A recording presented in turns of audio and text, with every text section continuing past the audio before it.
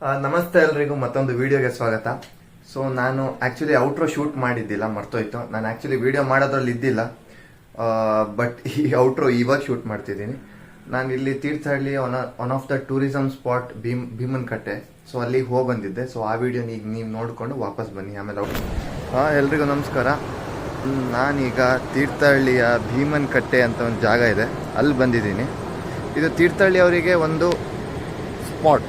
ಈಗ ಏನಾದರೂ time spend ಮಾಡಬೇಕು ಅಂತ ಇದ್ದರೆ ಯೂಶ್ವಲ್ ಆಗಿ ಆಲ್ಮೋಸ್ಟ್ ಆಲ್ ಎಲ್ಲ ತೀರ್ಥಹಳ್ಳಿಯವರು ಇಲ್ಲಿಗೆ ಬರ್ತಾರೆ.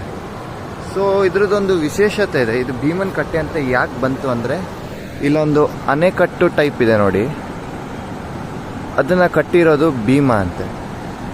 ಈಗ ಸ್ವಲ್ಪ ಕತ್ಲಾಯಿತು, ನಾವು ಬೇಗ ಬರಬೇಕಿತ್ತು. ಯಾರಾದರೂ ಬರೋಕ್ಕಿದ್ರೆ ಈಗ ಸಮಯ 6:30, ಸನ್ ಸೆಟ್ ಆಗಿದೆ. ಸೊ ನಿಮಗೆ ಕಲರ್ ಸ್ವಲ್ಪ ಡಿಮ್ ಆಗಿರ್ಬೋದು.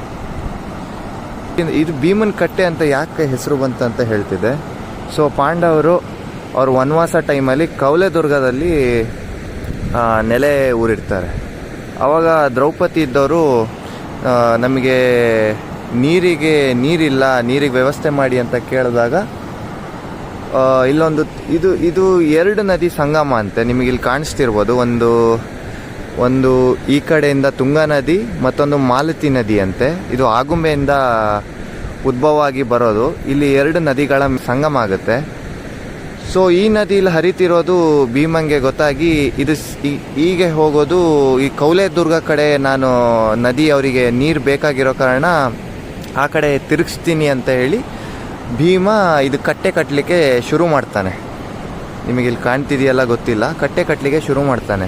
ಆವಾಗ ಇಲ್ಲೇ ಮುಂದೆ ಹೋದರೆ ದುರ್ವಾಸರ ಮುನಿ ಆಶ್ರಮ ಇತ್ತಂತೆ.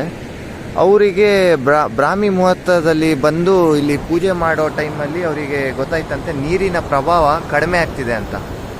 ಸೊ ಅದಕ್ಕೆ ಅವ್ರಿಗೆ ಗೊತ್ತಾಯ್ತು. ಇಲ್ಲಿ ಬಂದು ನೋಡಿದ್ರೆ ಭೀಮ ಕಟ್ಟೆ ಕಟ್ತಿರ್ತಾನಂತೆ. ಭೀಮ ಒಂದು ಶಪಥ ತಗೊಂಡಿರ್ತಾನೆ, ನಾನಿದು ಸಂಜೆ ಈಗ ಕಟ್ಟಲಿಕ್ಕೆ ಪ್ರಾರಂಭ ಮಾಡ್ತೇನೆ.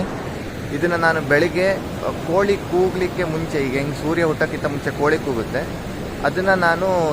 ಅದ್ರ ಒಳಗೆ ನಾನು ಕಟ್ಟಿ ಮುಗಿಸ್ತೇನೆ ಅಂತ ಶಪಥ ಮಾಡ್ತಾನೆ. ಅವ್ನು ಕಟ್ಟಲಿಕ್ಕೆ ಶುರು ಮಾಡ್ತಾನೆ. ಬೆಳಗ್ಗೆ 3:30 ನಾನು ಹೇಳ್ದಾಗೆ ದುರ್ವಾಸರ ಮುನಿ ಬಂದು ನೋಡಿದಾಗ ನೀರಿನ ಪ್ರಭಾವ ಕಡಿಮೆ ಆಗಿರುತ್ತೆ. ಅವಾಗ ಅವ್ರು ಕಟ್ತಾನೆ, ಭೀಮ ನದಿಗೆ ಅಡ್ಡ ಕಟ್ತೀಯಾನೆ, ಎಲ್ಲಾದರೂ ಕಟ್ಟಿದ್ರೆ ಏನು ಮಾಡೋದು ಮುಂದೆ?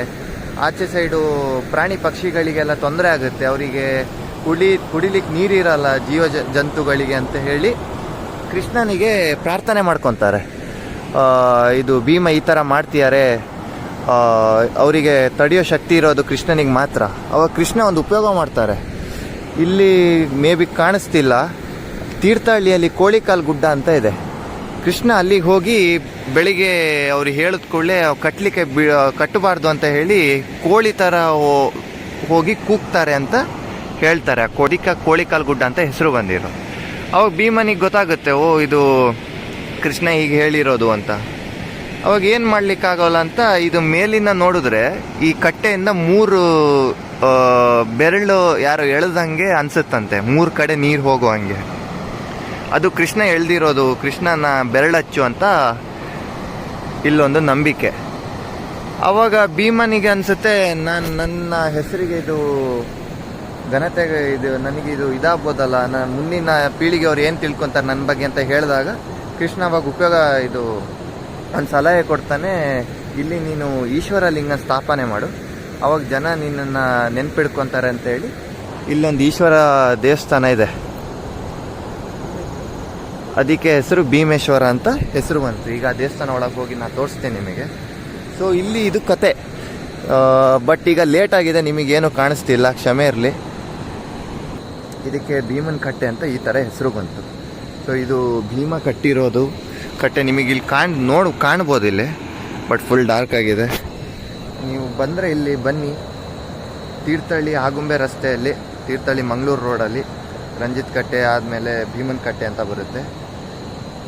ಅಲ್ಲಿ ಒಳಗಡೆ ಬಂದರೆ ಒಳ್ಳೆ ಸ್ಪಾಟ್ ಇದೆ ಸಂಜೆ. ಮತ್ತು ಇಲ್ಲಿ ಸ್ನಾನ ಮಾಡಿದ್ರೆ ಭಾಳ ಒಳ್ಳೆಯದು. ಇದೇ ಭೀಮ ಸ್ಥಾಪನೆ ಮಾಡಿರೋ ಈಶ್ವರ. ನಾನು ನಿಮ್ಗೆ ತೋರಿಸ್ತೀನಿ.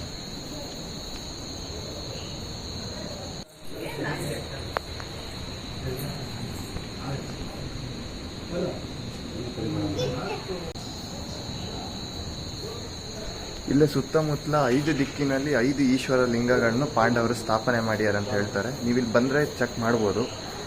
ಇದು ಭೀಮೇಶ್ವರ. ಹಾಯ್ ಹಲೋ ನಮಸ್ಕಾರ, ಮತ್ತೊಂದು ವಿಡಿಯೋಗೆ ಸ್ವಾಗತ. ಸೊ ಆ್ಯಕ್ಚುಲಿ ನಾನು ಔಟ್ರೋ ಶೂಟ್ ಮಾಡಕ್ಕೆ ಮರ್ತೋಗಿತ್ತು. ನಾನು ಆ್ಯಕ್ಚುಲಿ ವಿಡಿಯೋ ಮಾಡೋದ್ರಲ್ಲಿ ಇದ್ದಿಲ್ಲ, ಆ ಸ್ಪಾಟಿಗೆ ಹೋಗೋದ್ರಲ್ಲಿ ಇದ್ದಿಲ್ಲ. ಸ್ವಲ್ಪ ಲೇಟ್ ಆಯಿತು, ವಿಡಿಯೋ ಕ್ವಾಲಿಟಿನೂ ಸ್ವಲ್ಪ ಲೋ ಇದೆ, ಕತ್ಲೆ ಆಗಿತ್ತು. ಸೊ ಹೇಗನ್ನಿಸ್ತು? ನೀವು ಎಲ್ಲರೂ ತೀರ್ಥಹಳ್ಳಿ ಕಡೆ ಬಂದರೆ Bhimanakatte one of the spot, ನೀವು ಹೋಗಿ ವಿಸಿಟ್ ಮಾಡ್ಬೋದು. ವಿಡಿಯೋ ನೋಡಿದ್ದಕ್ಕೆ ಥ್ಯಾಂಕ್ ಯು, ಬಾಯ್.